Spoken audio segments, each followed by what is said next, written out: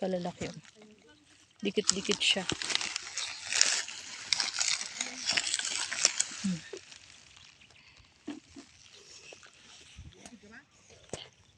Ito.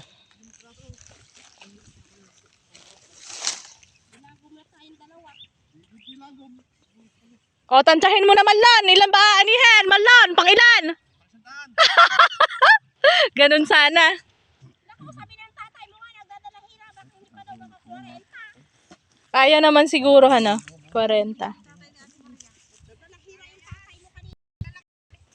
Kaya naman na, kalalaki.